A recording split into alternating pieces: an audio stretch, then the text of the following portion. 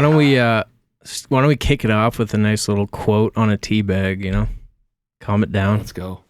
What do you got? Today I have grown taller from walking with the trees. So whatever you think that means.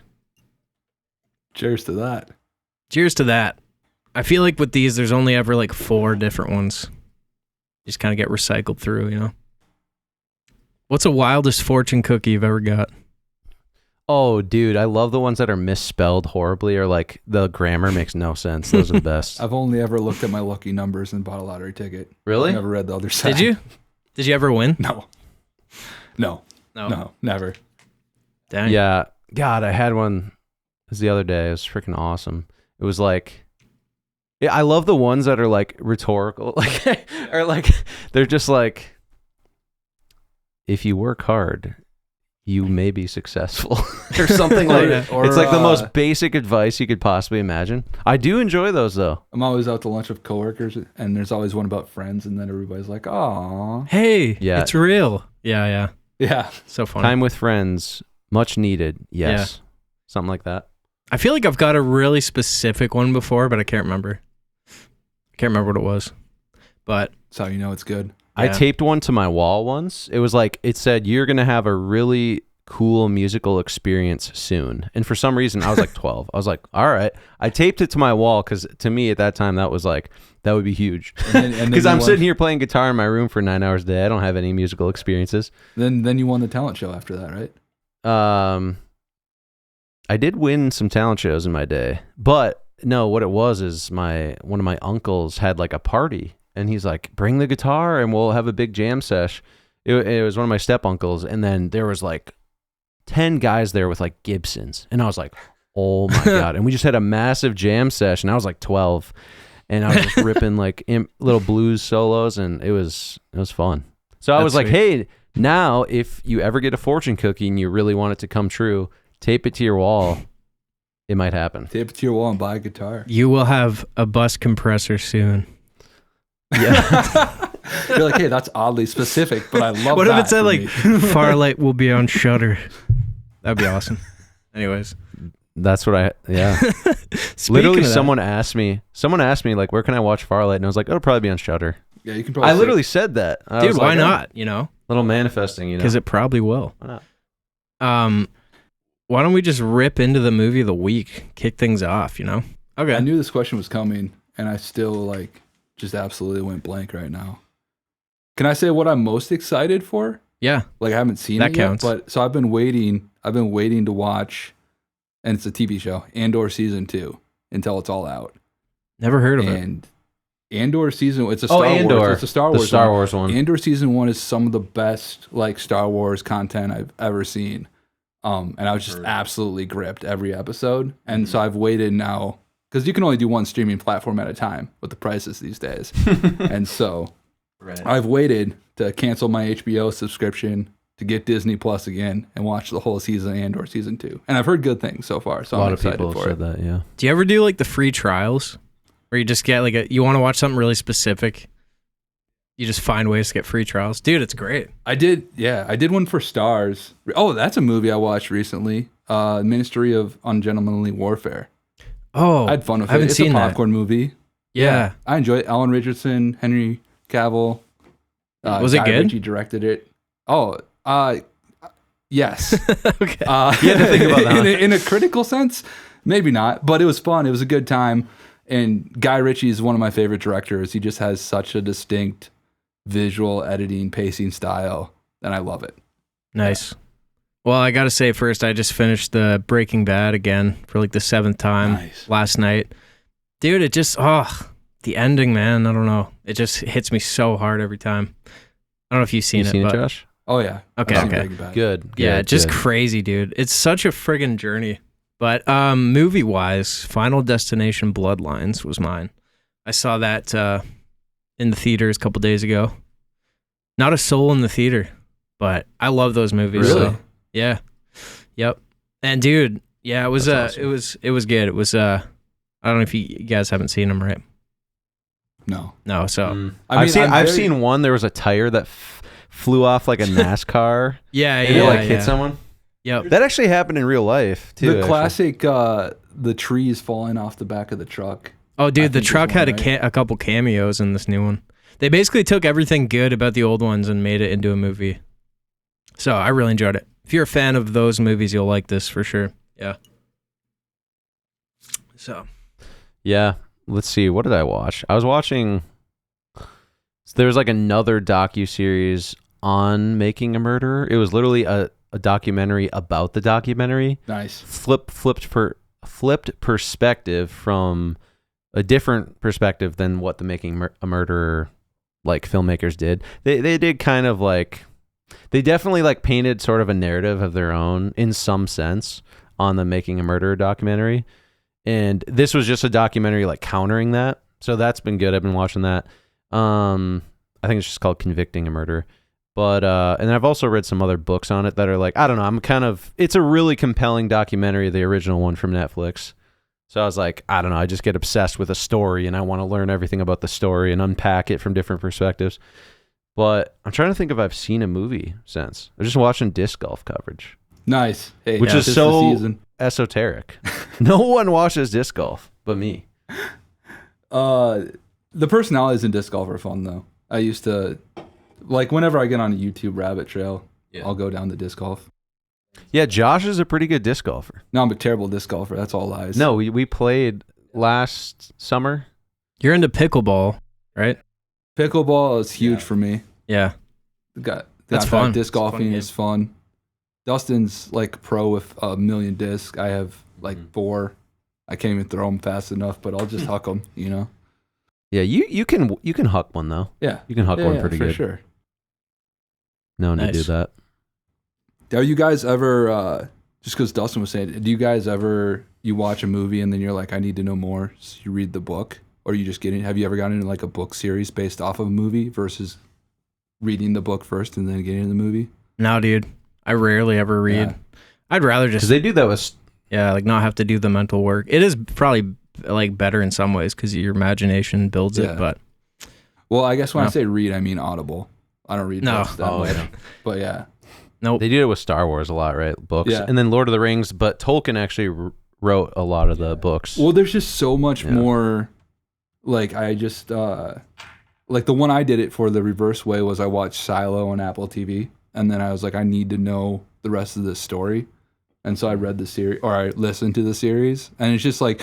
And then, like, recently, it was the Ballad of Songbirds and Snakes on the Hunger Games. I listened to the audiobook first, and I watched the movie. And it's insane, like, how... Because they're like, it's like a, I don't know, it's like a 16-hour audiobook. Yeah. And it's a 2.5-hour movie. And you're just watching the movie, and you're almost like, you feel like it needs to slow down. I remember that. I remember that with the first Hunger Games books, because I binged all the books, and then I watched the movies.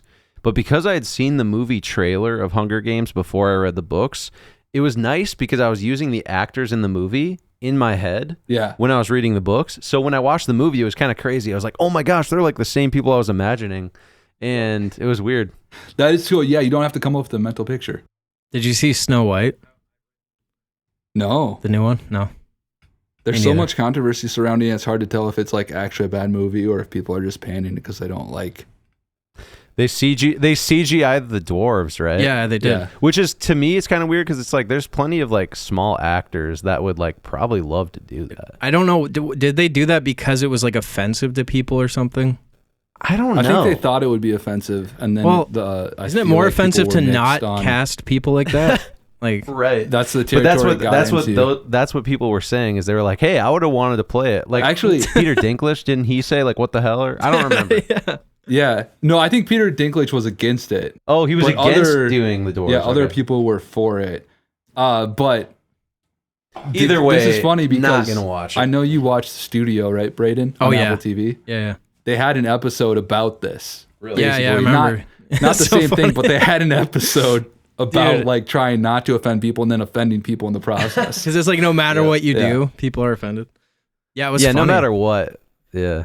I just don't get, and like I don't care about any of that political whatever, but just with big studios like that, there's clearly more people that just think it, have a hard time or like don't want to go to movies for certain reasons. It just seems like they don't do what would actually generate money.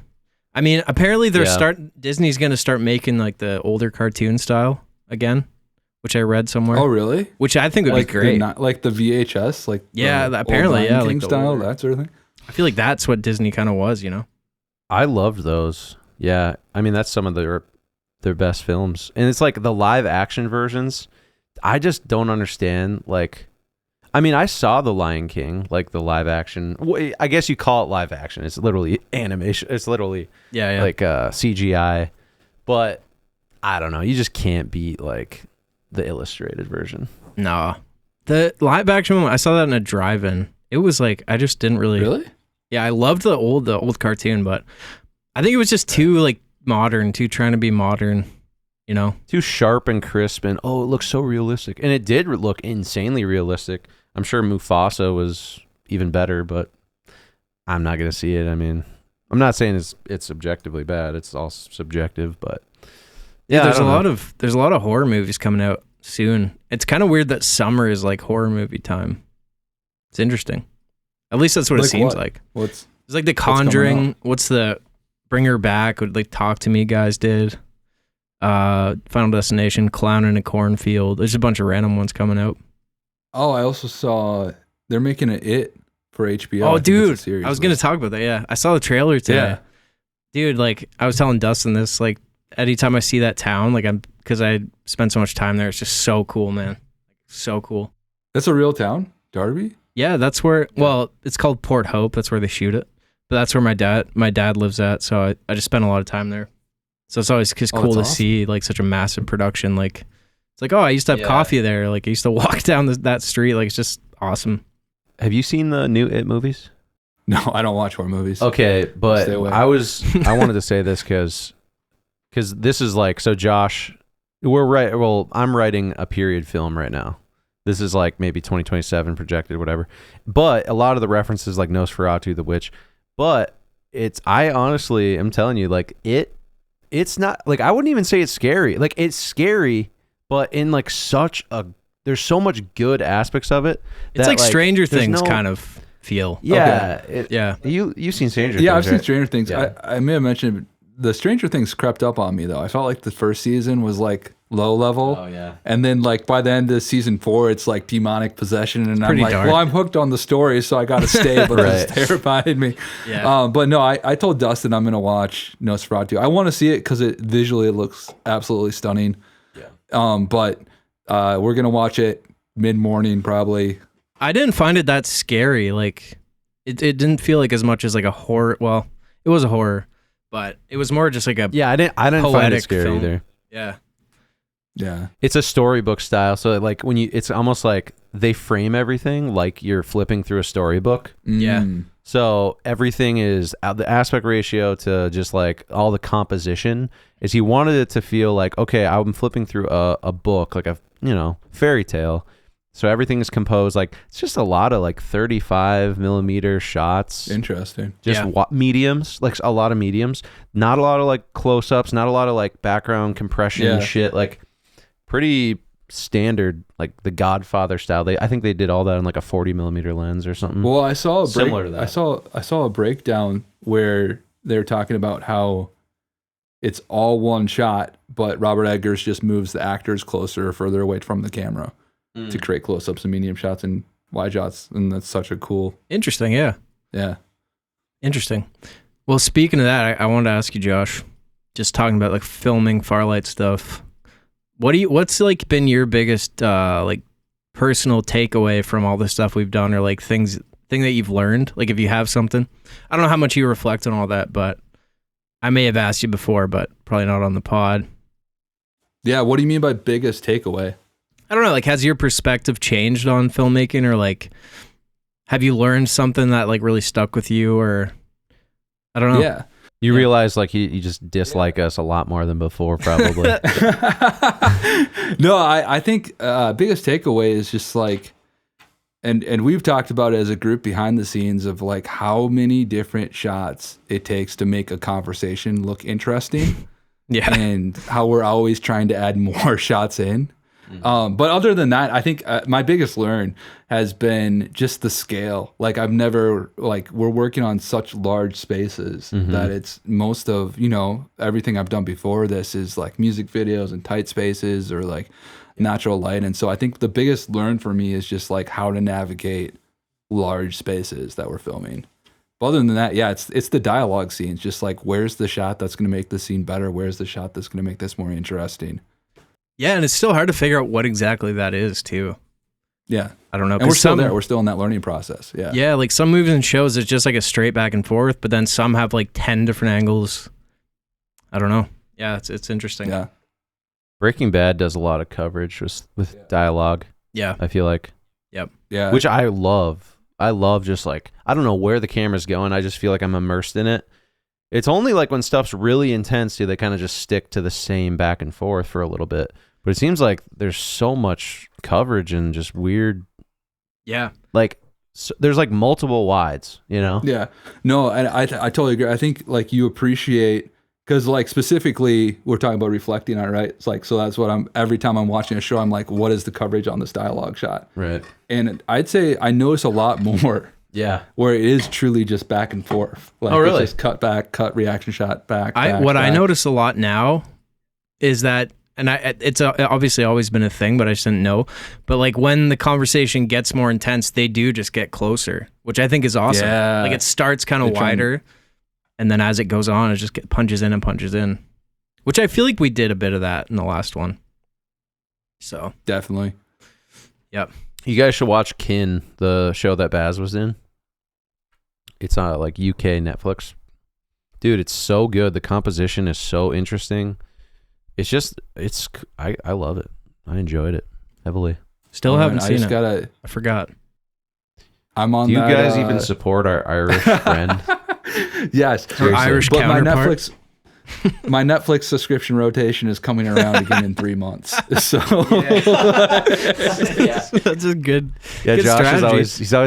He always got one that he's going and then one in the chamber. That's right. He's like, what's coming up next month? One's on deck. That's great. HBO stars. Disney Plus is next month. So that's so. You just got to crush through the whole platform. Dude, I don't know if you've ever seen this, but there's a service that's coming out. It's still like a waiting list, but they basically give you pay a 1 monthly fee and they give you a login for everything. So it's like a third party type thing. I can't remember what it's called or how much it is, but that's incredible. I mean, even if it's like $30 a month, I think it's around that. Definitely. They give you like Hulu, Netflix, like they make you a password and email, which I think is cool. Is it legal? I think so. Yeah. I mean, it seems to be. That's legit then. Would that be legal? Interesting. Yeah. What do you guys do? What do you guys do for your subscriptions? Do you go ads or do you go not save some money or? I just do ads. I actually like ads because they, that's like typical TV when you watch it. It's like a little break. Total illusion that it's a break. Those pharmaceutical ads though. Oh, dude, it's only insurance and Ozempic. Like. Pharmaceutical, yeah. The odd, State Farm and yeah, every drug you can possibly imagine. It reminds you. Yeah, Trivago, like the hotel booking. It's weird. Like the classic, like it's like the medication for like dry eyes may cause like depression, suicidal thoughts, like bleeding intestines, like dude, it's literally your like voice. You might lose your voice, your hearing. I know. It's like here's all the food you can eat, and then here's the medication for it, and then here's the health insurance. That's pretty much what it is. Right. Oh yeah, like the food. Yeah, you got like McDonald's ads. Oh yeah, insurance, and then like pharmaceuticals. Yeah. Oh god, dude, it's a science, and they've nailed it. Yeah. Like I subscribe to one. I can't remember what it's called, but it's where like My 600-Pound Life is on because I just like that show, and it's like it's that TLC? Ads, maybe, but it's like ads for just like children's cartoons for some reason, and they'll play the same ad back to back 2 or 3 times. Interesting. Yeah. Which show? What have you learned? My 600-Pound Life. What shows? No, I know that. Yeah. I like that show too. It's like Mermicorns or something. And then there's like some vampire girl. Can't remember. It sounds really good. I finished the show, so it's been a while. Yeah. Oh, you finished it. A lot of seasons of that. Oh, dude, yeah. My 600-Pound Life. I'm at the point of rewatching. I don't know why I like it. You know what I thought the 1,000-Pound Sisters in My 600-Pound Life was the same show. It's just not. I love the ones where Doctor Now gets mad. You expect me to believe that? Like, it just starts yelling at them. Yeah. It's good stuff. Are you guys doing, is this podcast rated PG? Nah. We say fuck all the time. For this episode, only cut out all the swear. Well, it's just, Josh, I appreciate that you don't. Yeah. People who don't swear, I appreciate it. Because I actually. Really? Nice. I would like to not do it. But it's so, normal. Yeah, I don't know. It's an interesting thing because you read about it. It's like people who swear, it's like there's clearly something going on in there, I think Jordan Peterson talks about it. Or whoever, I don't know. Oh, interesting. That's an offensive name too, so we'll cut that out. Yeah. You're gonna have to bleep the name. Half this episode is censored. Make everything have the record show that we just bleeped out. So it's just like make your 4 minutes of this podcast. Make your bed and make your life better. That's counted. Just get rid of that. Yeah, we're gonna get absolutely ratioed in the comments. But anyways, I'm just saying about swearing. It's I don't know. Kind of a not a nice habit sometimes, but who cares? I guess. I mean, big podcasts, they're dropping them. Yeah. But, well, that is interesting, and now we're just going down a path here that you're going to cut all this out. But no, we'll keep some of this in. We already said let the record show. We've cut out a lot in the past 5 minutes. It's gotten a little rowdy in here. Josh is really turning up the heat. Absolutely, I broke stuff. This is our first. By the way, this is our first in-person podcast. By the way, everyone. Yep. So I don't know what that means. Like, it doesn't really matter. It's a milestone. Really it's a milestone. No, I was just gonna say, like, I with podcasting and everything. It's just interesting because it's not regulated by whatever body regulates TV shows, and it's just YouTube and it's out there. And so, like, nowadays, you don't even like think twice about it because you're just so used to it. Like, it's actually weird when you hear a word being censored because you're like, oh yeah, exactly. Right. This is a late night show, and you can't say that. Right. Yeah. I think a lot of people don't get they're not as turned off by podcast stuff because it's just like. It's like if you tweet something offensive, we were talking about this, like a lot of people will just like destroy you for it, cancel you for it. But if you say something, you slip up something on a podcast, it's like I think people just understand you're just kind of shooting the shit. It's like, exactly. Yeah. No big deal. Like, no one means offense by it. We're just like, No, you're just being yourself and talking. Just shooting the right. Yeah, dude. It's such a cool, I don't know, new medium though I feel like it's had a big impact on the world. Just podcasts. Oh, for sure. Podcasting. Yeah. Yep. Also, it's just cool to I don't know if you for me, spend, I work a lot and I don't hang out a ton with friends and stuff. So sometimes it's fun to listen to a podcast and be like, I'm kind of eavesdropping in on this conversation. I feel like I know this person. It's kind of fun, I mean, yeah, definitely. I enjoy that. The friend simulator. Some people call it friend simulator. But I mean, hey, if that's the case, I got a lot of friends that I don't know. A lot of famous friends. Yeah, I got a lot of famous friends. We're tight. Yep. Well, Josh, why don't you walk us through your journey as a cinematographer? Yeah, I want to hear. What does that mean? When you popped out, what happened? Where you were like, I am going to become the greatest cinematographer this side of the Mississippi, because you might be up there. I started and I was like, hey, I'm going to become the greatest cinematographer in my 4 mile square radius. and you did that. And I did that. You did that. Absolutely, dude. There's just somebody I live next to I don't know about, and I'm like, literally no human being within this entire room could beat Josh. It's cinematography. There we go. Hey, that's it. It's about making those milestones and checking them off. No, I mean, what do you where does your passion for filmmaking come from? Yeah. Well, so I started, so it really came from, I went to college to be a dentist. And really? I decided that I got into chemistry, and I was like, chemistry is not for me. I don't want to do this anymore. So then I switched my major to business, and then I was hanging out with some friends late at night. None of us were film students, and there was a film festival at my college, and they're like, hey, let's enter this. And so at midnight, it was 11:30, we sent an email in. Midnight was the deadline to sign up for it. And we entered a 24-hour film competition and, made a terrible movie. But from that point, I was hooked. And so kind of went down that journey of just like working corporate jobs, doing creative stuff when I could, and then met Dustin a few years later, and we started making music videos together. And then from Dustin through Dustin, met you, and that's kind of how we got to Farlight. And I've loved every single second of it so far. Yeah, dude. But that's the short version. That's what I've loved about Farlight is that for me, because I didn't really know Dustin that well before we started, and I didn't know you at all. But I was like, yeah, let's just do it. And I just met you, and we're like, yeah, how are we gonna make this thing? I just thought it's awesome. It's worked out really well. So it's been a journey, but it's been awesome. Yeah, and she ain't over. And then check the first comment of this video. I'll put the first film I ever made in it.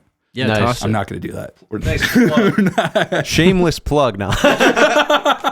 Josh has done like tens of thousands of dollars worth of work for us, and we're like, no, you can't even plug a YouTube link. Check out my merch store. It will be like tens of thousands of dollars of. The back end is coming, boys. Yeah, we need that back end. But dude, I think, but that is like kind of a good lesson. So I don't mean to like talk about it, but it's like, I think like. I mean, I don't want to speak for Josh because he's doing a lot of work and, a lot of unpaid work, right? And it's just like being willing to do stuff, even if like the immediate money is not there in life. Like, obviously you need to like have your thing. You need to have your little like thing going to like survive and get by, pay your bills, do all that stuff. But I feel like just being willing to take on like massive creative projects that maybe there's not like an immediate return, but like the amount of experience that you learn and like the people you meet and just like what can come of that down the road can be pretty like substantial actually. Because even like when we were doing the music videos, like I wasn't getting tons of views on the music videos. Like not a lot of people really like appreciated them. I mean, some people I'm sure did, but it's like, I feel like you just being able to kind of see the music videos that we were working on gave you enough context to be like, oh, these guys kind of know what they're doing. Like maybe they could help out with the film. Yeah. I've been wanting to do filmmaking for years.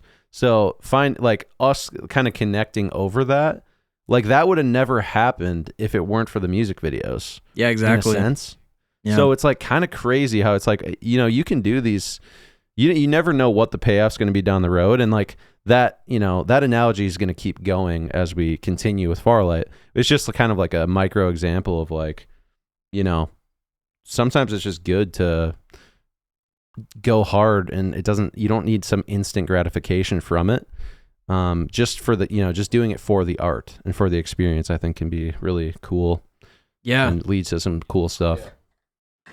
No, I think you have to keep, go ahead, Braden. No, sure. Who's going? I was just going to, what was I going to, I don't even remember now. Oh, I was just going to say. Okay, let's retake that. I just lead with this long emotional thing and then everyone's like, fuck that was off. Good. I was just going to say it's like with us, I feel like with a lot of people who get together and do this stuff, it's like everybody has to want to do it. And it's like by coming together, you're kind of giving an avenue to everybody to be able to do it. It's like, obviously for me, like being the one that's like, directing, writing, it's like, I would love to be able to be like, oh, here's a budget for it and pay everybody. But I think it's like everybody understand, like, I'd do the same for you or for Dustin. Like if you guys are working on something, you just understand there's like a weird kind of just like, it's important to do and it could lead to something. And so, but I feel like we all just love it. So not always, but most that's 100% it. It's just, we love it. We're just finding a way, like an outlet to do what we love. And that's it. Yep. Definitely. Well, and you hear from people who have gotten like budgets together for films and it's like they're like, yeah, you're doing exactly like what you would do starting out, and then you'll have a path forward when money is involved very heavily. It's going to be a similar formula, just going to expand all the experience you have now to like, now I know who to hire, now I like understand the like pre-production stuff is really massive. And I don't know, it's just like learning all these things from the bottom up, because we've talked to some people who have done it's all outside capital, and then they figure a way to like, build a team through that and do individual responsibilities. But I think it's cool doing like the bootstrapping version to learn kind of a little bit of everything. And then I feel like that gives you a really good foundation for it when you do want to raise outside capital for a film. So I don't know. I guess that's been my takeaway, is it's nice learning all the little things, Yeah, dude. Yeah, Josh, was lighting like ever a big challenge for you? Because you're just like really good at going in a space and knowing, okay, we're gonna put this here and here, and like I don't understand that. Like even watching you do it, I'm like I probably still couldn't do this. But was lighting kind of did it come like naturally, or did you have to kind of like learn, like figure it out?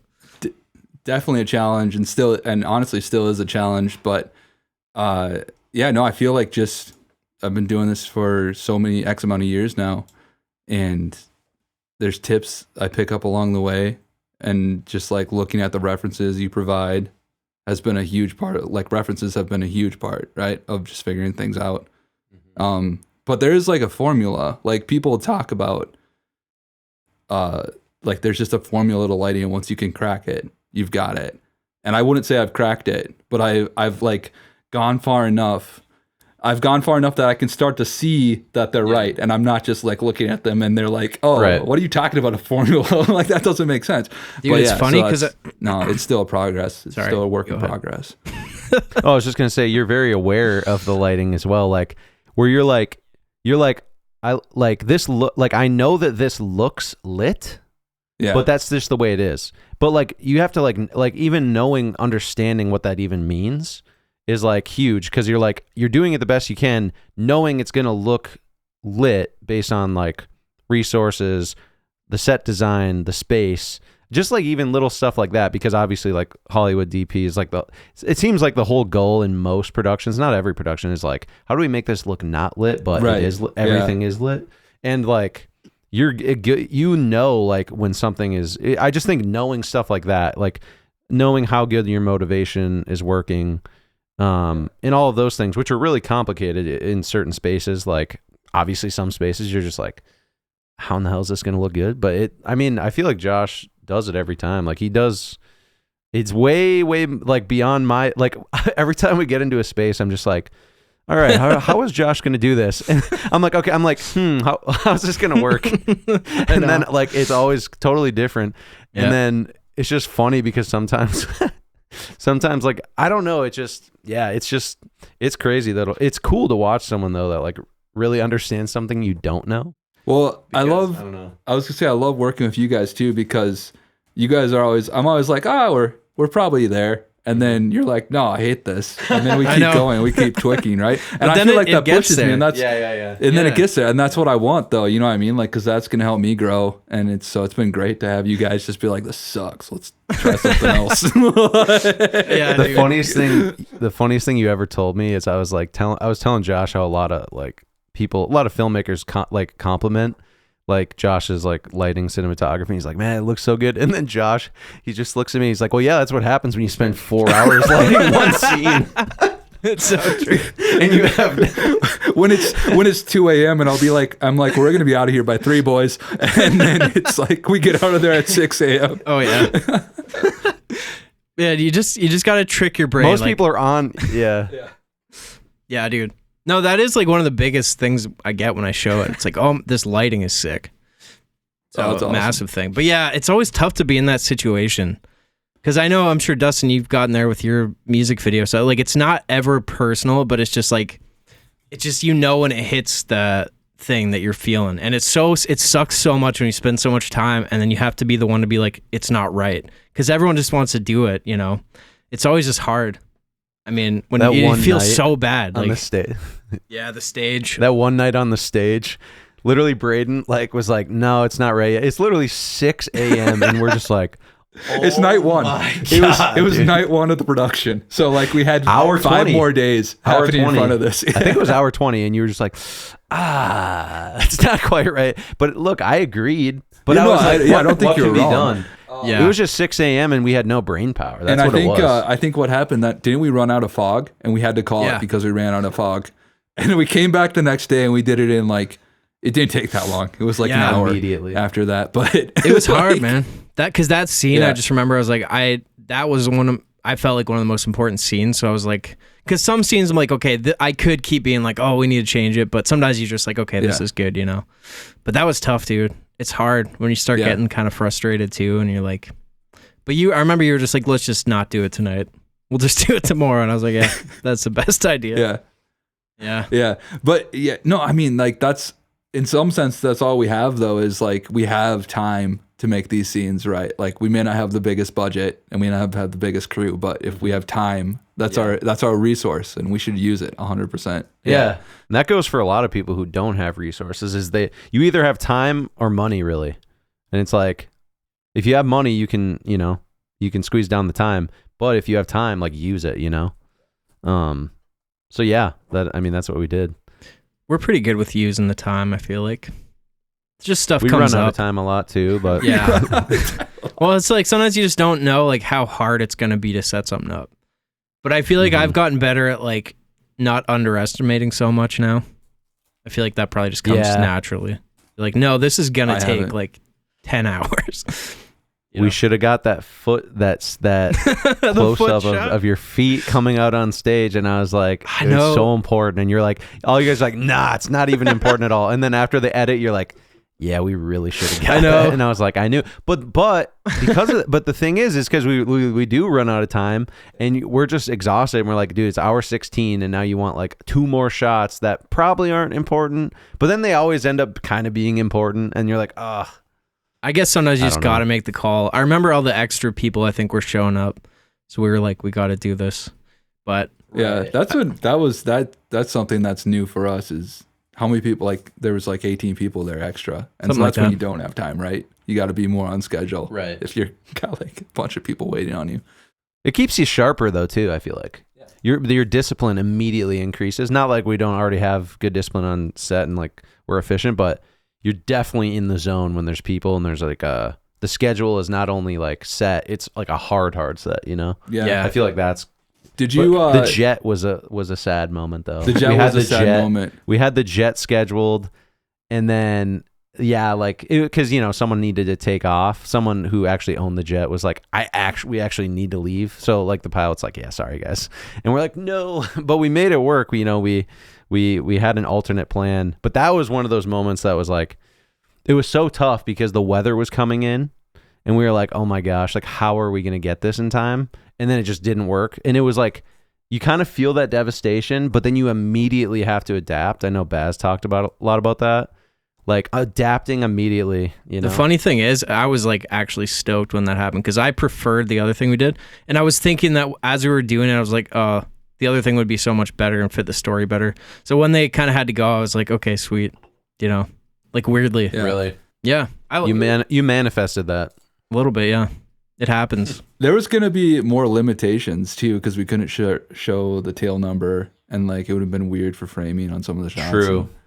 Yeah. And we were also like on the runway. Yeah. Which I don't know how. I mean, you would have worked your magic and made it winter, but yeah, for sure. A lot harder. The winter stuff. Yep. Josh had a question before. I had a question? He said, "Did you?"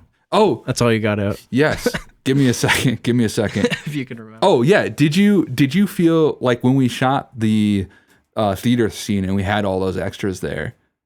Do you remember did you cut anything because of the pressure of extra people, or did you mostly get what you were looking for? Obviously, I've seen the cut. You made a scene out of it. But did you on that day in your mind change things? Maybe like 1 or 2 angles we had planned for that monologue. I was like, yeah. Because I just think too, I was like, this, what we're getting is really good. I don't know. I mean, there's definitely more we could have got with that, but yeah, I was happy with it. The more wides. Mm-hmm. Yeah. The wide would have been nicer, take more time, but we just didn't have the time. So, and it all looked really good, I thought. I mean, for what it was, it looks awesome. Because I think we only got an ultra wide, and then then we had medium. The medium. We didn't get a wide. And then the reaction shot, we didn't get any singles of that. Right. But we did film in 8K. So we did that. True. Yeah. True. Yeah, I punched in a bit on Bass, I think. Nice. For one shot. Yep. Yeah. So when are you getting the MetaQuest again? Ooh. Play some mini golf. Let's play some mini golf. I said if you guys do a meeting and it goes well, if you actually get something done, I'll consider it. If you do a mini golf meeting. Oh, we're going to I like that. Meet on the golf course. Yeah. Yeah. No, that'd be super. Sweet. Yeah. The only thing I was thinking though, it's like, I feel like a lot of times when we do that, we got to look at something or write something down. Right. You know. Well, they have the meta workspaces. I know, right? the we could whiteboards. Actually, get together in a conference room. Yeah. It would be pretty sweet. It would be. You can't deny, yeah. Yeah, the conference Plus, room. I just want to play mini golf, you know? And then, plus you can play other games. Exactly. Too, like Game and Fall Flat. Yeah. Haven't played that one. It does make me sick when I play a lot of those. I get sick. Dustin's like, I'm actually dying. Yeah, using it, no, it's like you should get one, Braden. I played Asgard's Wrath once for like 2 hours. I came out of it. My whole night was ruined. I was just effed up. I was effed up. My reality was slipping. Is that the one? That's not the one with the Coliseum, right? That's not the same one. I think there is a Coliseum in it, but it's just a It's like Skyrim. It's like a fantasy RPG game. It's all first person, and like there's a lot of movement, a lot of jumping, and you're just like in one place. I mean, you move around when you want to turn. That helps the spatial thing, but yeah, you just got to get used to VR in general. Yeah, man. Anytime I've had one, a couple weeks in, I just start feeling weird for some reason. Like, it just kind of wears off, and then you kind of like have moments where like I'm just normal reality, but then I'm like, wait a second, like, is this VR or not? You know. That's why you can't go too hard with it. You gotta. Yeah. I think mini golf, you don't move in that game, and I think that's huge. Yeah. The thing is, once you start moving in the games, it gets tough. Yeah, when I first got mine, I was playing in the basement a lot, and I just kept absolutely punching the ceiling. It was only like a 7-foot ceiling. I was like playing Blade and Sorcery, and I was like trying to stab up, and it's just Blade and Sorcery. That's like similar. Yeah, my aunt was above me at one point in the kitchen, and I punched the ceiling, and she said she like literally lifted off the floor. That's funny. And my hand. Dang, dude. What sword did you have? I don't remember what sword. That's probably part of it. It was an early version of the game. Weapon, There's probably only one sword. That's Shook wild. The house. Josh, you ever watch movies like the private cinemas on there? No. No, you haven't done that? I don't know if I have the Quest 2. Can you do it in the Quest 2? Mm-hmm. Yeah. You can. Okay. I would be more interested in watching movies in the Quest 3 though when you can do it in AR, because I think the screen size feels much bigger to you. Oh, totally. Probably better quality. So I haven't done it. The Quest 3S is like $299, which is similar to the 2, but it has like all the AR stuff. I thought because the Quest 2 doesn't have a camera, does it? It doesn't have the AR. No, it has cameras, but not for AR. Okay. Yeah, no, the Quest 3S. I have the Quest 3, but the Quest 3S is like affordable, like $299, but it's, I like it, but yeah, I suppose I forgot about the AR. I think it'd be sweet. I haven't experienced it, so I can't say, but I don't know. I prefer the physical space of a screen. Yeah, totally. Right now, at least. But maybe I'm wrong. Maybe just because I haven't used it. No, Do you guys like it? I like doing the AR screen. Yeah. Once in a while. I don't remember if I Kind did. of fun. Maybe I didn't have the 3. No, I don't think you did. Farlight VR experience. I was telling Dustin, excuse me, retake that. I was telling Dustin, do like a Halloween Farlight like hayride, tour. Climb up in the old barn, like Hedgemill's there. You go in the bathroom. There's like the bathtub creature. Like you could charge for that. That would be a fun promotional campaign. That would be someone sweet. Just falls right through the attic of the barn. Like we just start, even if we could do it for real, and then we could also just like spoof it. Like, how those companies still do like the April Fool's like new product thing. I just remember there was an Assassin's Creed one, and it was like supposed to be for the Kinect. And so it was like Assassin's Creed for Kinect, and it's like actually people moving. Right. And then the end shot was also coming for Wii, and it was like a kid diving off the couch. Oh. And then it's like maybe not for the Wii. Oh, dude, Assassin's Creed, the dive off the tower with the arms spread, and then he flips and he lands in the hay. So that's pretty funny. What I'm saying is we could make like Hedgemill's Haunted Hayride coming Dude, soon. that would be so cozy. Little found footage. I'll host the real one. I'll do it. Dude, would you actually? Because I feel like it would actually be a cool idea to do.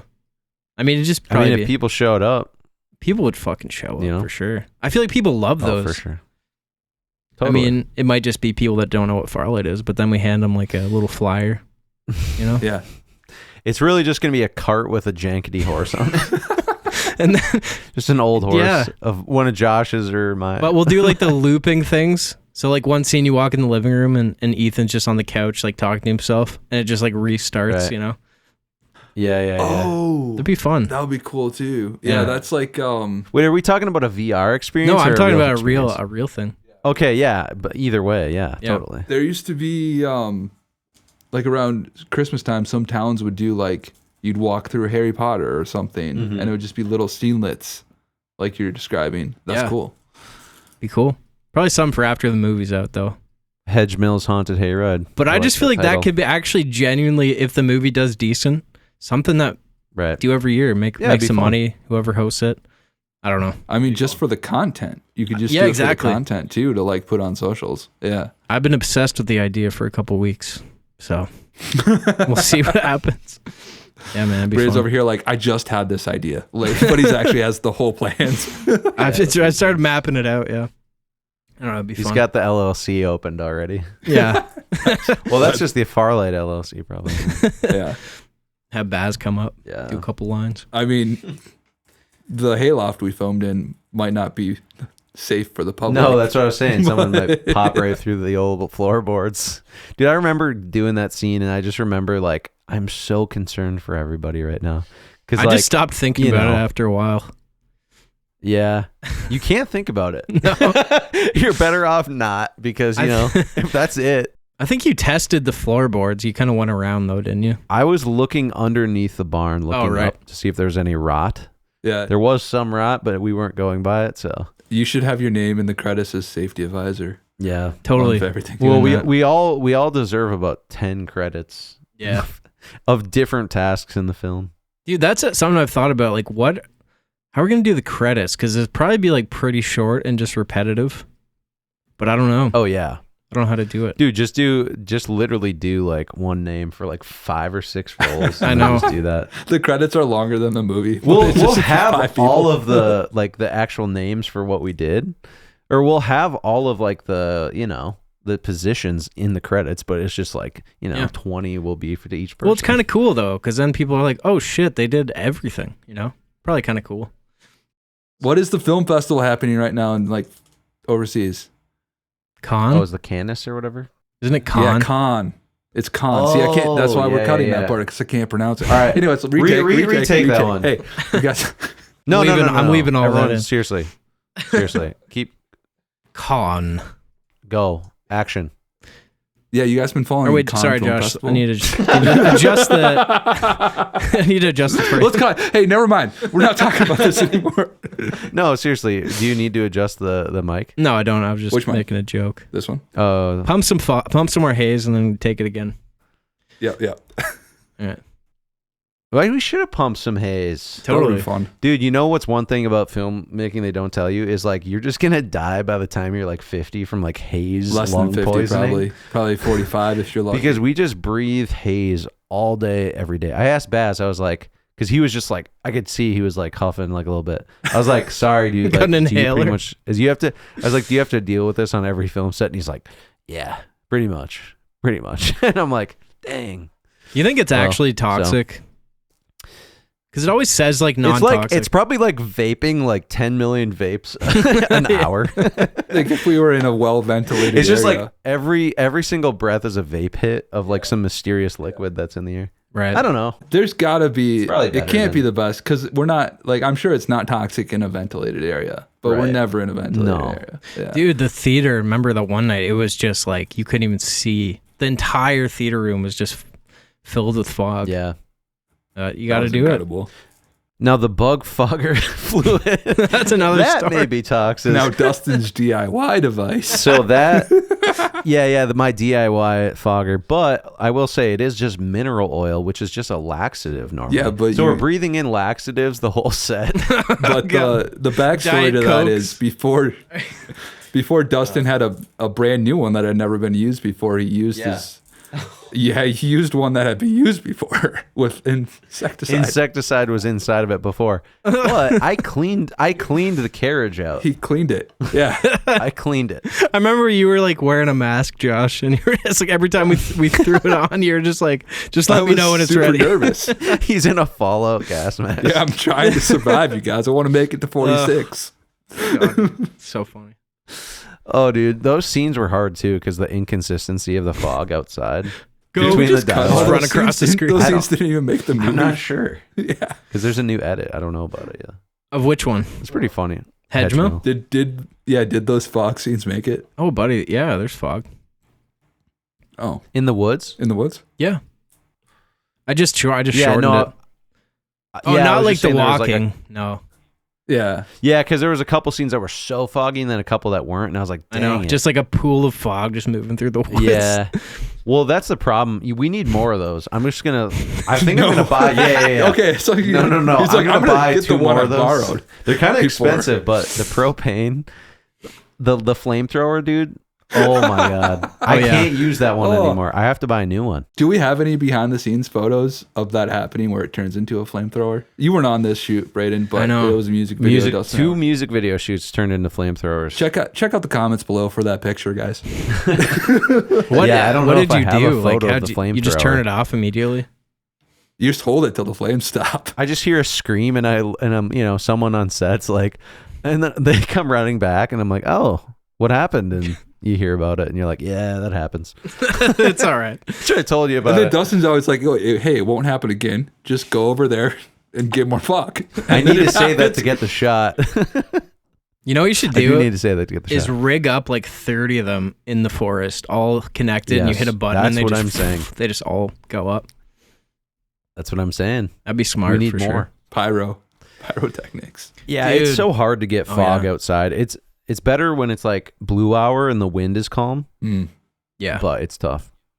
Pyrotechnics, eh? It's a good idea. Yeah. Throw something. We gotta come up with something. It's a 2-for-1 right there. We need to do a little, and then you got the pyro. We need to do a little pyro this summer. Yeah. A little album artwork potentially. Oh yeah. Really? Maybe. Yeah, we got an album artwork to shoot. I want to do something that's like I have like a demo picture, but it's just like an old car that's kind of on fire. And then it's just in the foreground. I'm just like holding a bouquet of roses. So I don't know how we'd do it.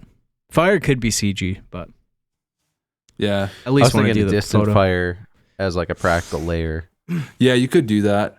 I just don't even know how necessary it would be because I feel like like generative get some whatever smoke AI. in it, though. Yeah, we could do some haze. You definitely for sure. couldn't burn a car unless all the parts were stripped out. No, yeah, I definitely wouldn't. We can't burn the car. Yeah.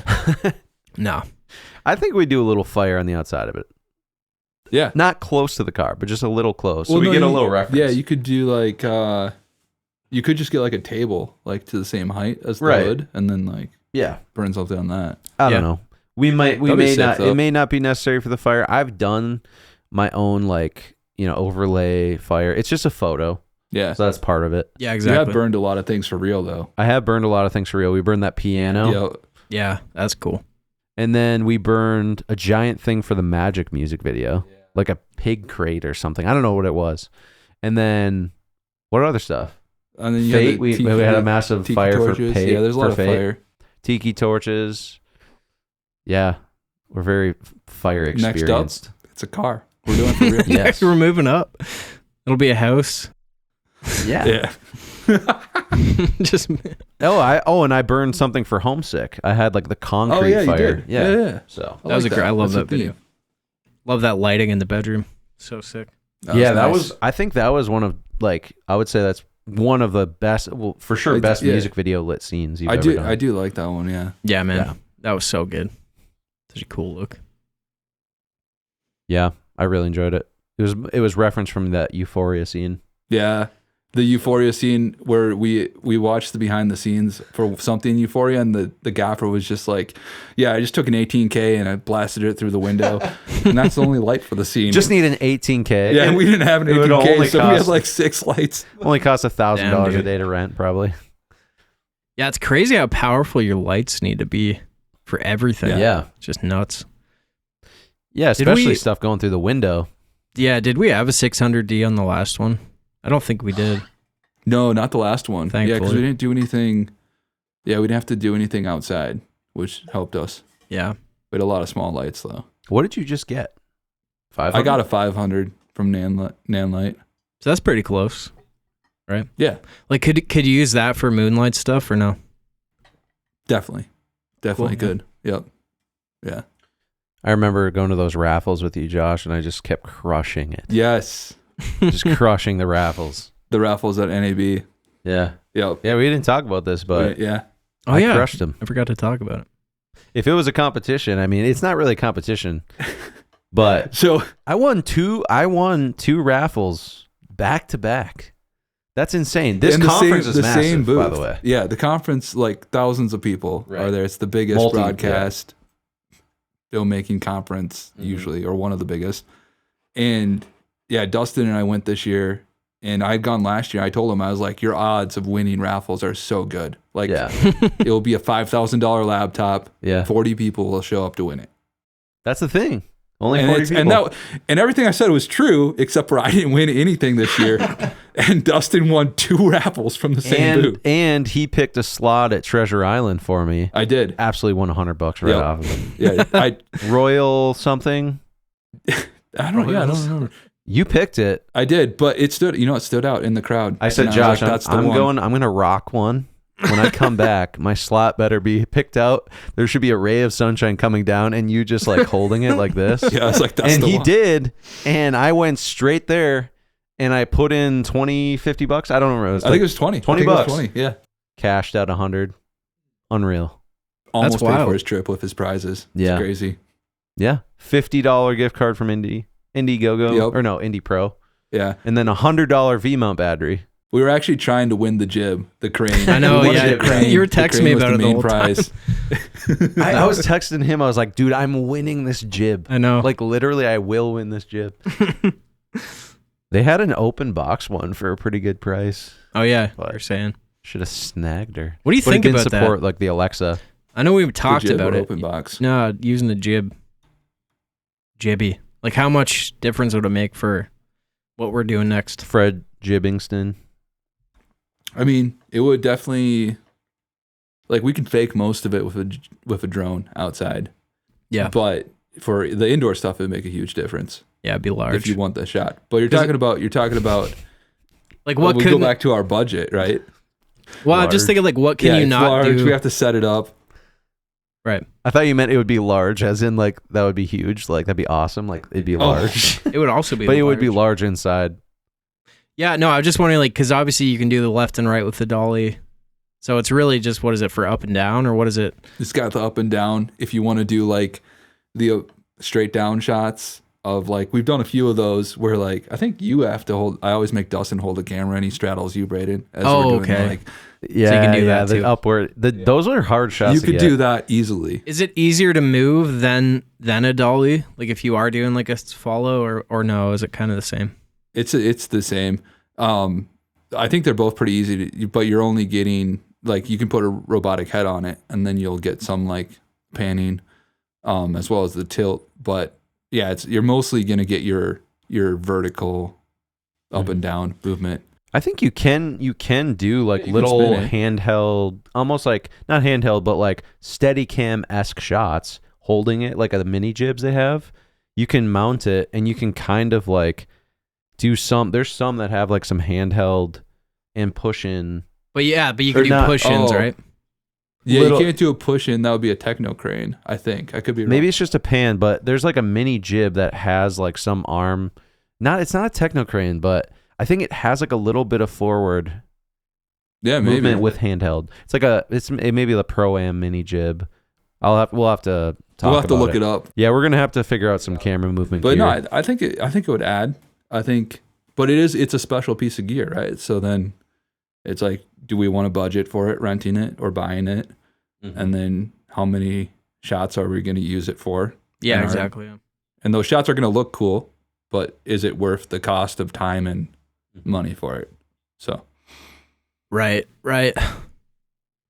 Yeah. It's the thing about those little cameras like the FX3 is you throw it on a gimbal and you're getting, like, thousands of dollars worth of movement. Yeah. Whereas if you have a Red or you have an Alexa, you're like, well, now I have to spend literally thousands and thousands of dollars just to get the same movement I could get on a gimbal. Yep. I mean, you can put them on a gimbal technically, right? But it's just you got to get those massive. You got to get a gimbal that could. You still got to put those on a gimbal on a jib. So yeah, even when we used the gimbal for the Sony and the first thing we shot, it was still pretty tough. I feel like it gave us a hard time, but that could have just been the gimbals. I don't know. Yeah. True. Still a bit, like, shaky, but Maybe we should get like a nice heavy gimbal for the set though. Just if we do put it on something. Yeah. Should we just reshoot it on a Sony again? A7S3 Sony the whole way. Hey, the FX2 comes out next week. Let's get that. Oh yeah. Grading that stuff I hate so bad. Welcome to our production meeting. That's pretty much. I would much rather grade Blackmagic than the FX3. Oh really? Yeah. Well, FX3 looks really good, but FX30 I had a lot harder time grading than Blackmagic. I mean, it wasn't raw, so that makes sense. Yeah. Why do you think it was though? Because you graded the FX3 too, and it's both 10-bit 422. I think just because the FX3 looks so good, like right out of the box. You just like what I mean? Okay. It just looks really nice. Fair. But to be fair, the grading process is the same. Flexibility. I just love shooting raw and changing the white balance and ISO. Nice. It's freaking amazing, dude. Or highlight recovery stuff. Oh, love that. It's always nice. I was Braden and I finally checked out the LUTs that you and Dustin were showing me for the Blackmagic Pocket 4K, and it's very nice. The Phantom? The Phantom. Yeah. Did you ever try the ARRI conversion? I did. Yeah, I think so. No, it was called something else. Wasn't there a name for it? Yeah. The Phantom ones do convert to an origami. ARRI. Yes, I did try that one too, yeah. But the one that the guy actually built for ARRI, but you can convert Blackmagic to ARRI footage. ARRI color space. That's and then Phantom though. I skipped that step. I forgot about that origami, step. Yeah. I mean, I know the Phantom ones are supposed to look I tried to go from Blackmagic's color space straight to the origami LUT. So yeah, because the origami ones you have to switch to it's for ARRI. Yep. Rec 709. Yeah. There we go. Color space. But they all look good. I get confused with the color space Dude, stuff. it's like when I had the ARRI, that was the thing I was so surprised by, is that the internal LUTs look so bad. Like they look so bad. Yeah, and the guy built this one because he also thought that, so he built it. And it looks perfect. But yeah, I couldn't believe it. I was like, why doesn't this look good at all? Like, it's an ARRI, you know? Don't know why. Very, very odd. I don't know if they fixed it. I loved you did that album release and you were on your couch. That was with your ARRI, and then you did a music video. Oh yeah, I did. I saw that. Video, actually. Yeah. Yep, but it didn't use it for the movie though. I know. Yeah, he used the ARRI Classic, but it was all inside shots that were very, very like they were high contrast in the sense like they were lit and dark, kind of just like your room style. But it wasn't like you didn't test the dynamic range like you did in that shot when you're by your window. You could test the dynamic range really well. And that is a creamy shot. And when I say creamy, I just mean like. And that was zero lighting besides just the window. Yeah. That's the thing with the ARRI. It's just like you can shoot anything basically, and it just for some reason looks good. Like you were showing me test shots of nothing lit, and it was like unreal. Like you don't look at something in real life and think like, oh, this the composition or the lighting sucks here. I feel like ARRI kind of does that. It like it's almost like your eyes in a way. Like it's interesting.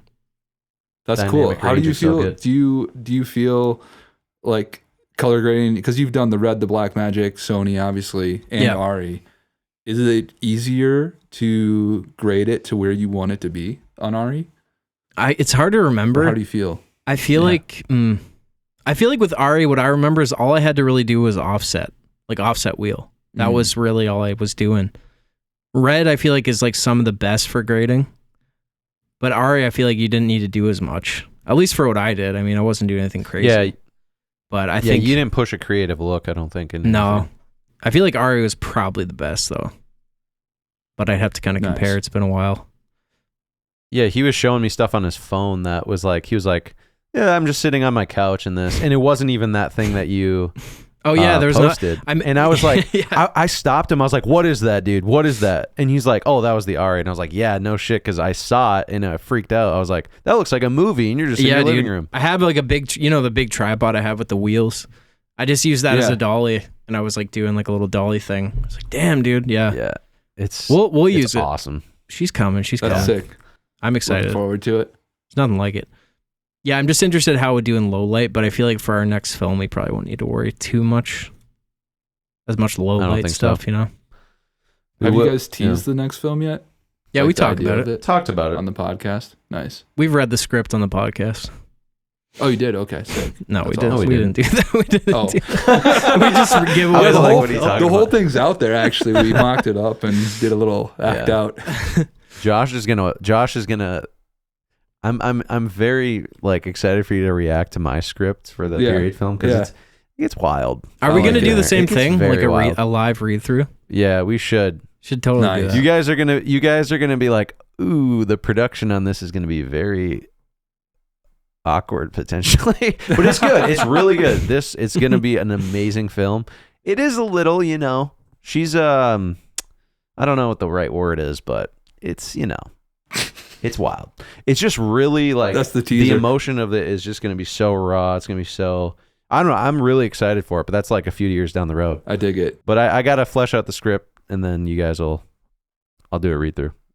I love doing those read-throughs, man. We'll do a bunch of rewrites after that. As I like always. it. That's how it goes. You got to do one read-through, yeah. Yeah. We've been doing some good rewrites with Old Dog, and it's been great. Oh, dude, yeah, he doesn't even know. Josh is like, story. You guys have read 30 versions of it, like. Yeah. Well, yeah, because I think, and I recently heard a version of the script. It was only like 3 weeks ago, right? Yeah, and we've written all the dialogue pretty much together. Yeah, it's all new.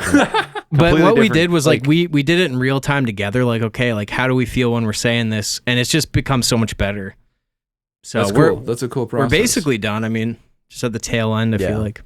But yeah, it just flows so much better. I mean, the story is basically the same, but the dialogue is just more like natural.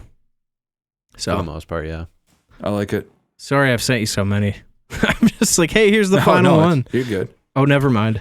Google's like, you're running out of storage space. I just gotta do a quick tea reveal again before I forget. This is a solid tea right here. That's a great tea. I tie-dyed this myself too. It's another Stephen Rhodes. Stephen Rhodes. He did the existential one. Yeah, he did the E is for existential crisis or something. Yeah, or no, existential dread. Yeah, that's a good one. I just had to do that before I forgot because I enjoy the shirt heavily. Nice. Now me and Josh are like really cramped up. Yeah, no.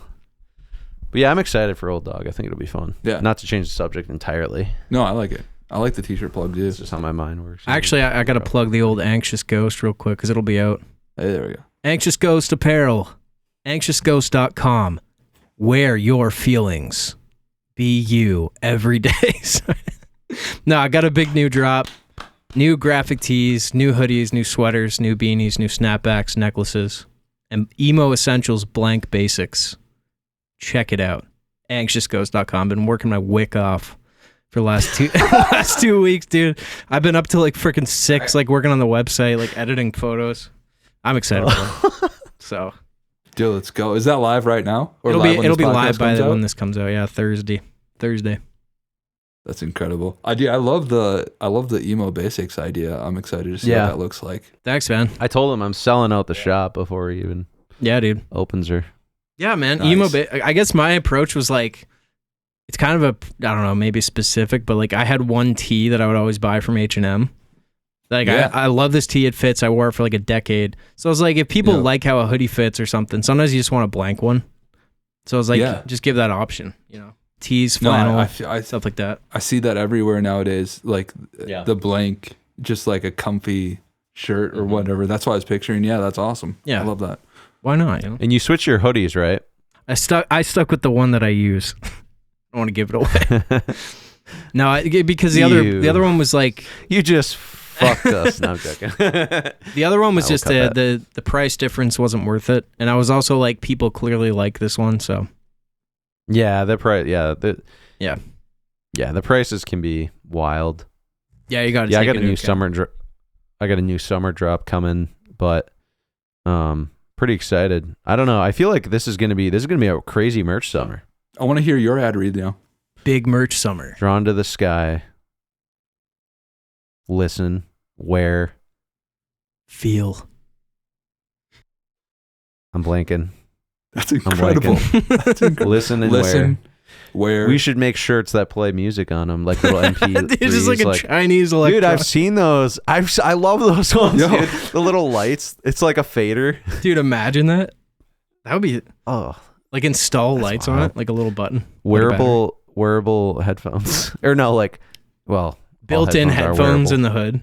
Built-in headphones. You can just pass them out, dude. It's like a little, like the number tear sheets. People, you have like 10 earbuds. People just grab one. You know what's funny, and I just want to say this. I think everyone thinks my brand, because of tie-dye, everyone just thinks I'm tripping balls all the time. Because a lot of people send me videos listening to my music and be like, yeah, I'm tripping balls. So and I'm like, really? I actually haven't done psychedelics. It's only a Thursday. It's a tie-dye, right? Though. It's a Grateful Dead, you know? That's funny, dude. Listen, wear, trip balls. That's great. You got to put that on the shirt. I mean, that's a good shirt. Yeah. That's a great shirt. Good shirt. Yeah. Braden always jacks my quotes in the podcast and throws them on a tee. Do I? Did I? No.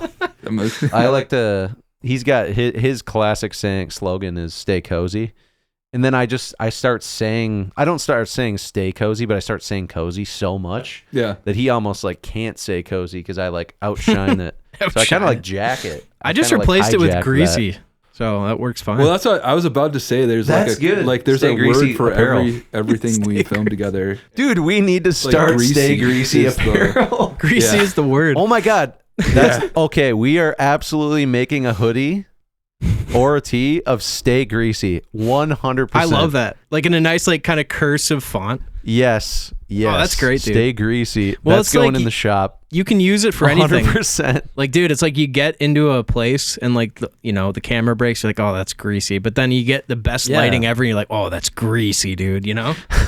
It's greased out. It's both sides of the coin. Oh, dude. I love it. You could use it for I remember anything. the first time we met, I used it. And I think you were like, oh, shit.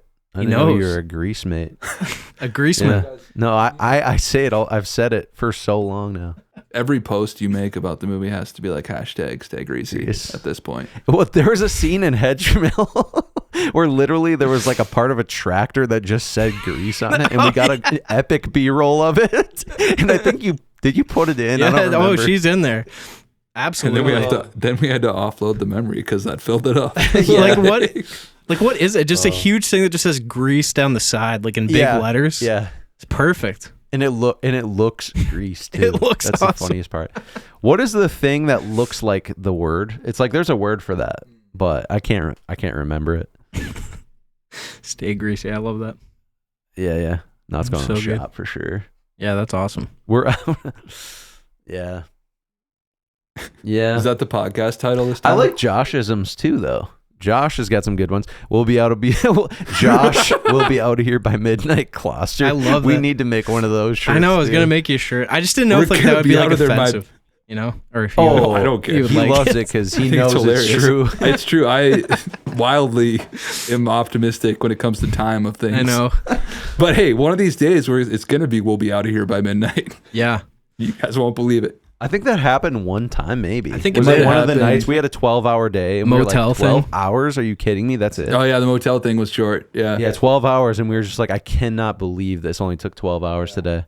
Shortest day in Amber Forest Pictures history. Yeah, it's probably true. Probably 12. I think 12 hours has got to be the 19, shortest. Is 19 our longest then? Well, it would be different if we started early in the day, like 9. Which most productions do. We're not very good at that. Yeah, we're not normal. If we went like 9 a.m. to midnight, that'd be decent. But you still wouldn't get anything done. It wouldn't be done for them. Yeah. We'll figure it out one day. Make it work. Yeah. Most of the stuff we've done is like night shoots though, so a lot of it. Well, that's not true. The last thing was not that. Right. Yeah, the last thing wasn't supposed to be night shoots, and then it turned into night shoots, though. Because they're like, we can just start whenever. Let's start at 2 p.m. And then the first day we went till 6 a.m. So then we had to sleep, and then it started being nights. Yeah, it's so true. Well, it does take a long time just to even set up. Like when you get there, we had to redo the whole set production. We had to take down the whole set production. Or production design, and then we had to redo it. Yeah. That was terrible. And then when you realize your boom pole was like a fishing rod. Remember that? Literally, I was assembling the boom pole, and Baz was just watching me in silence, and he was just like, he was just looking at me with a dead face, and he looked up to me, or I looked up at him, and he's like, "You are going to have one hell of a time with that boom pole." And I was just like, my life kind of flashed before my eyes. I was like, oh shit. Cause like I knew like, audio can be tough, and dude, the whole film was on a C-stand. I had to put it on a C-stand. Dude, it's like we upgrade everything else, but then the audio setup is like worse than the last time. We're like, hey, we got to cut the budget somewhere. Yeah, that was the bottleneck. Yeah. And then you're just like using a C-stand the whole time. And then Braden's telling me when he's editing, he's like, yeah, like some of the audio is kind of like not directed at the characters. I'm like, yeah, because it's on a fixed C-stand the whole time. Yeah. Like I was summing where two people were. Yeah. I was like, okay, if Baz is there and Braden is there, that C-stand's going right in the middle and it's not moving.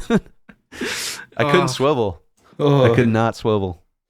Yeah. Unless I really greased up the pole, then I can maybe do it. Yeah. Well, we know for next time. We'll go with the original hedge mill setup. That was really solid, audio-wise. That was a good setup. Yeah. Just the big, like, what do you call that? The purse thing for it that you strap around yourself. Oh yeah, like we had a pouch. I don't know the pouch. Yeah, and you guys forget I did 90% of hedge mill audio in massive overalls. Yeah, and with the latex mask on, and a flannel on, and it was sweating. I was like, it was just sweating so much, and the haze is just in there. And I'm like 17 hours. I was like starting to like hallucinate a little bit. I'm just eating chips and fucking Coke Zeros. Oh yeah, in a flannel and overalls. Oh yeah. Well, I do remember strongly the point we hit the first night on hedge mill, where we're just sitting on the couch and like Dustin's like eating chips. Oh yeah. And we had no will. We had no will to. It was like another 3 a.m. We took one break and we were like, we shouldn't have taken this break. Yeah. No. And we did though, because you always continue. The Red Bull. You look at the case of Red Bull. It's like it's almost gone, and you're so dehydrated because all you've been drinking is Red Bull and Coke Zero, and you're like, I shouldn't. I really shouldn't. You know it's bad when you're trying to calculate how much Red Bull will kill you if you have another one. Yeah. Like I really should not have another. Yeah. One time Josh came downstairs for Old Dog and he was just looking like he was in a rush. I see him open a cabinet. He just grabs an entire bag of chips, turns around, hesitates, goes back, stuffs his arm in the freaking fruit snacks, grabs like 7 fruit snacks. It's like fruit snacks, and then he goes upstairs. I remember that moment so distinctly. I don't remember that at all. You just slammed your arm in the fruit snacks. That's those things are so good, man. Everything's good at 6 a.m. You're just everything's good. Oh my god, those freaking like what sun chips or something you had? Sun chips are amazing. Salsa Harvest. Oh man, that is my favorite part of filming with you guys is the shopping trip we have every time at the beginning. Like we're just going to Walmart and we're like, what do we need? Well, dude, Red Bull, sun chips. Next time, I mean, we'll be hauled up at a cabin for a bit, so we'll have to stock up. We're gonna have. Yeah, we did that one time.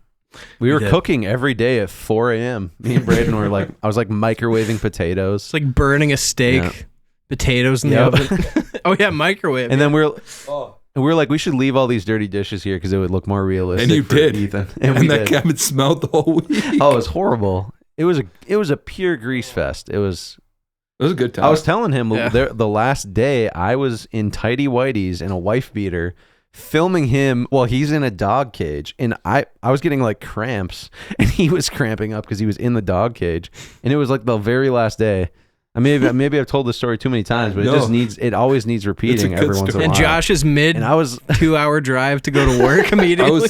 Josh is just driving to work. I was mid-hour 2-hour drive to get 2 hours of sleep and then drive to a wedding an hour away the next day to film it. Yeah, and then he gets followed after the wedding. Oh yeah, then I got stuck. Dude. You got to tell that story, dude. Yeah, what happened there? Didn't I tell that story? Is there still an open investigation? Oh no.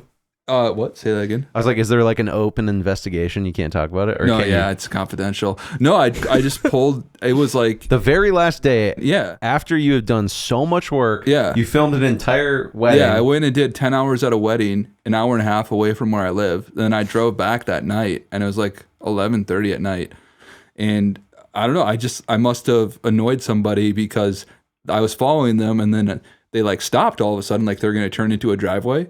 And so I just went around them. All of a sudden, they flick their brights on. They start following me. Oh, God. And it got to, like, I pulled into some random driveway just to see if they'd pass, and they pulled onto the street behind me, like not blocking me, but just on the street behind me, and sat there for like 10 minutes. And so basically I called the cops because they kept following me, and then eventually they stopped following me before I made it to the police station. But that's a top. That was terrifying. That's a film topper right there. Yeah. That's a good cap. That's how you want to cap off a weekend. Cap off just being sleep deprived, working your ass off for like. Dude, were you like freaking out? Because I would absolutely freak out. Like, dude, I was actually terrified of.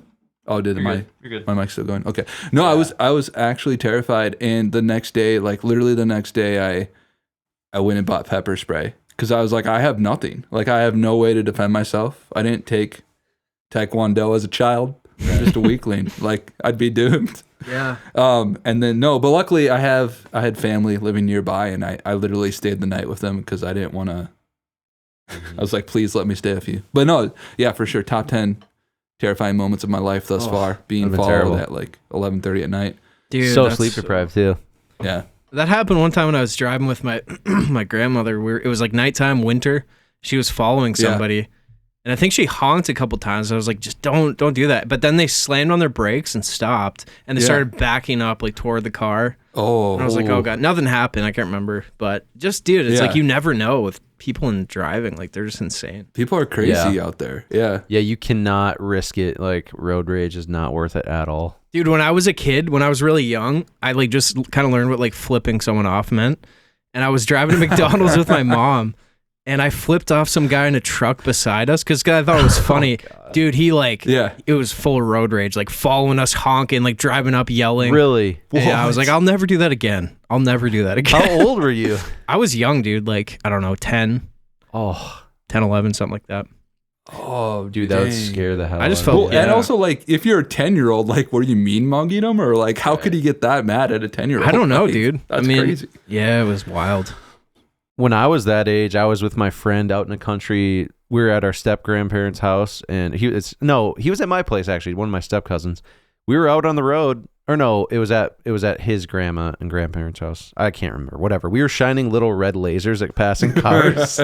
Do not shine red lasers at passing cars. I mean, we were like 11, dude. We shined it like right in a guy's eye. He went past the house. He slammed on his brakes, backed up, got out of his car, and started screaming at the top of his lungs, chasing us down like the driveway.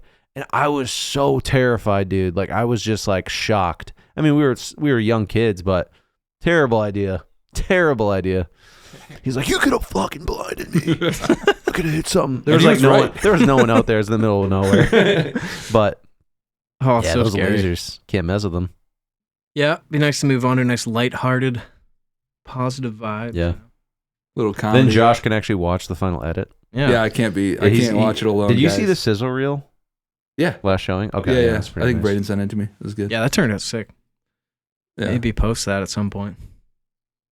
I don't know. I had the first shot where I like drooling. I was like, oh, I feel weird about it, but I was like, it's perfect for the shot. So it's like kind of gross, but yeah, it works. Some people like seeing that. Yeah. It adds to it. Yeah, that's tough. It was unintentional. Both of you guys edit your own stuff. You guys both edit your own stuff. Yep. Do you guys still get tripped up by like watching yourself on screen? Or have you mostly over at this point put up a mental block? No. Oh, you mean like, oh, this sucks, or like I look weird here? No. Like, I mean, you're just like, you have to choose. You have 3 takes. Mm-hmm. Oh. And you have to choose 3 takes of yourself. Which one you like the best? Is that weird? That's probably hard a little bit with acting. I think I've got you're gonna better. Subconsciously, we talked about this before. Oh, you did? Okay. Well, no, cut this. No, we didn't talk about it on the podcast. No, yeah, I think I've got better at like, okay, it's not really about how I look here. Like this is the best one for the thing. When we first started, it was like, oh, my hair's not getting the shot and all this, But I've just kind of stopped caring as much, really, because you can't. I mean, you have to just do what's the best, or the best delivery or something like that. And Baz always said that too, and yeah, it's totally right. It's still hard because sometimes you like feel like self-conscious or whatever. Like a lot of the stuff in last showing, I just like, I don't know, playing like such a wacky thing. It's like, oh, I don't know. It's like kind of nuts. Normally you're the beautiful emo boy, and like, you know, like the bring me the horizon drown cover. Oh, just yeah, like your face. So like everything is built on like image, and it's like a musician when you you know, when you're in that scene too. So like to go from like, okay, this is about image. Then you're like, now I need to do an industry where like I might look so horrible, but it's the best take. And I've felt the same way about music videos, where I will choose stuff in music videos where I don't like how I look, but it's the most emotional take. So it's like I have to do it. And it takes practice, and you have to drop your ego for sure, man. Yeah. I think there's sometimes like with last showing, like the stuff more toward the end, I was like really proud of my performances because I was so into the character. So that stuff, I'm like, just, I love this. But you know, the earlier stuff, it's like, still figuring it out, you know, and I can kind of feel that. Don't know if everyone else will, but that's the goal. Is like, how do you get there like quicker, right? With characters and acting, probably just comes with time, I would think. One would hope, but. Dude, someone just commented on that 90s short. The 90s? Yeah. These two look like they're in their 20s. I'll take it. It's probably meant to be like kind of mean. You are in your 20s, aren't you, Braden? I'm 30, bro. Oh, you're 30 now? Dang. I'm 30 as well. You're 30. We're all 30 here. I knew you were 30. Yeah. Yep. Yeah, sorry to break it to everybody. We're fucking 30. We're old. We're old. Well, I'll take it though, man. Yeah. Still got it. Yeah. I never grew a beard. No, I'm joking. Never Josh will. crushed one out. Yeah, he crushed one out. You probably grew that. You had a beard for a while, huh? I've had a beard for a long time, but and now it's to the point where like I didn't have a beard till I was like 27, and now I feel weird about one. Oh yeah, like it just that's fair. But I think it's more of a laziness thing, honestly. I just hate shaving every week. I'm like, gosh, I don't want to do that again. It does, you know, it takes so much time. Yeah, well, you're sleeping. Braden's gonna have a beard for old dog, so yeah, I'm pushing it off as long as I can. We haven't figured out the dates yet, so I'm like, I'll just wait till I know. Yeah, we should probably do that. All right, we'll check out the podcast hoodie, the official podcast hoodie that dropped last week. Yep. Yeah, throw her up on the old screen. Throw her up on the I'd love to hear that tagline for Drawn to the Sky merch store one more time. Listen, wear, trip balls. Drawn to the Sky. Absolutely. Check out Anxious Ghost, new drop. Elder Emo approved. Check it out.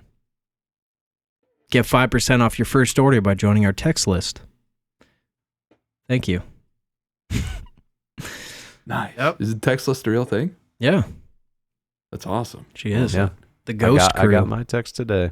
I signed up for your mailing list, Dustin, finally. Oh, thanks. Yesterday. It's only been 3 years. Now I'm joking. I appreciate that. Now we can be real friends. Yeah. I didn't even think I had a link up, but yeah, I think I do. On Shopify, yeah. Yeah, Josh, it's great having you. Really enjoyed it. Thanks for coming on. I appreciate you guys having me. This was a cozy time. He astral projected into the room finally. After all this time of me taking those breaks, and he was showing up, dude. Spirit body. Long time now guest. He's physically here. Been on a few times. Yeah. But, Josh. We love it. No, this is fun, dude. Appreciate it. All right. Everyone. Sweet. Pod. This is fun. I wish I could do that, but I can't. So yeah. Yo, we should do a all live podcast at some point. We totally should. Get a big table. Maybe when we do the music video. Yeah. Iced coffees. Oh yeah. Let's do it. Yeah. I like it. That'd be sweet. Sweet. All right, everyone. Thank you for watching and listening, and we will catch you in the next one. All right. And cut. Nice. We love it. Yes.